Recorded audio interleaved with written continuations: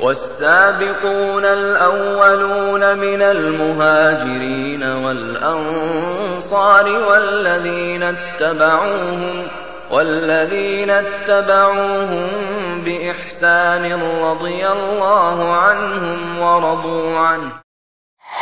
حضرت زبیر بن عوام رضی اللہ تعالی عنہ کے صحابہ کا رتبہ بڑا ہے، ہر ایک ان میں ہادی، ہر ایک رہنما ہے۔ شریعت کی راہوں پہ ہم کو چلایا، صحابہ کا احسان ہم پر بڑا ہے۔ نبی کے صحابہ کا رتبہ بڑا ہے، ہر ایک ان میں ہادی، ہر ایک رہنما ہے۔ نبی کے صحابہ کا رتبہ بڑا ہے، ہر ایک ان میں ہادی، ہر ایک رہنما ہے۔ آپ کا نام زبیر، کنیت ابو عبداللہ اور لقب حواری رسول تھا۔ نبی اکرم صلی اللہ علیہ وسلم کی محبوب پھوپھی حضرت صفیہ رضی اللہ تعالی عنہ کے صاحبزادے تھے۔ ہجرت سے 28 سال قبل مسلمان ہوئے، 16 سال کی عمر میں اسلام قبول کیا۔ اسلام قبول کرنے کے بعد سخت تکالیف کا سامنا کرنا پڑا۔ نوفل بن خویلد طرح طرح کی تکالیف دیا کرتا تھا تاکہ وہ اپنے آبائی دین کی طرف لوٹ آئیں۔ آپ ایک ہی جملہ بولتے، میں مر جاؤں گا لیکن دین مصطفیٰ صلی اللہ علیہ وسلم نہیں چھوڑوں گا۔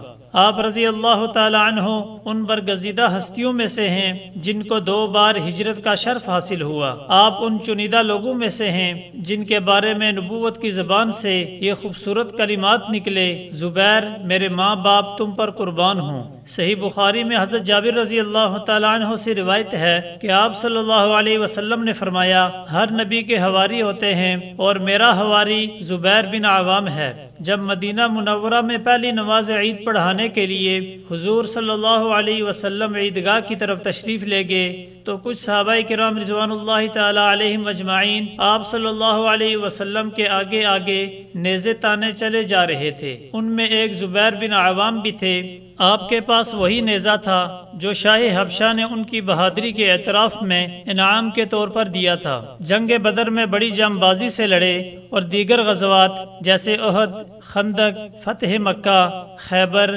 حنین اور تبوک میں بڑی شجاعت و بہادری کا مظاہرہ کیا۔ فتح مکہ کے دن رسول اللہ صلی اللہ علیہ وسلم کے ذاتی دستے کے علم بردار تھے۔ جنگ فسطاط میں حضرت عمر رضی اللہ تعالی عنہ نے 4 افسروں کی معیت میں 4000 مجاہدین کو مصر کی طرف روانہ کیا۔ ان میں سے ایک امیر حضرت زبیر بن عوام رضی اللہ تعالی عنہ بھی تھے۔ اس جنگ کی فتح کا صحرا بھی آپ کے سر ہے۔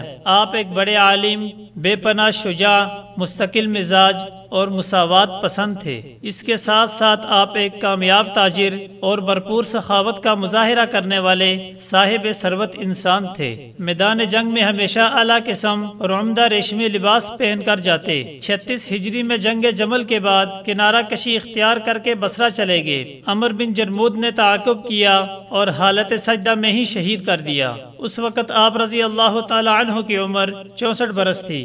آپ کو بصرہ میں دفن کیا گیا۔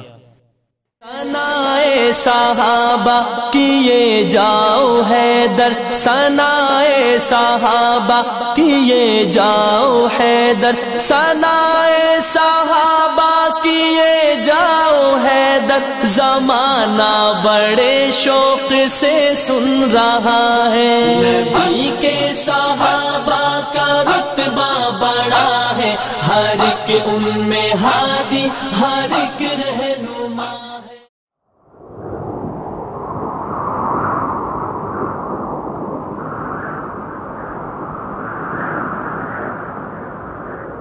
اخوت و محبت کا علم بردار وصال اردو۔